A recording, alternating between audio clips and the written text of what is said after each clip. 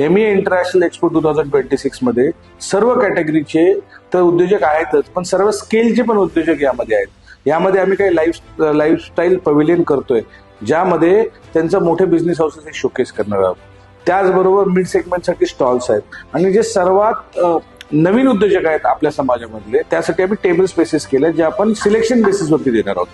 त्याचबरोबर या एक्सपो मध्ये होणारा जो खर्च आहे हा तुम्ही एक इन्व्हेस्टमेंट म्हणून बघा.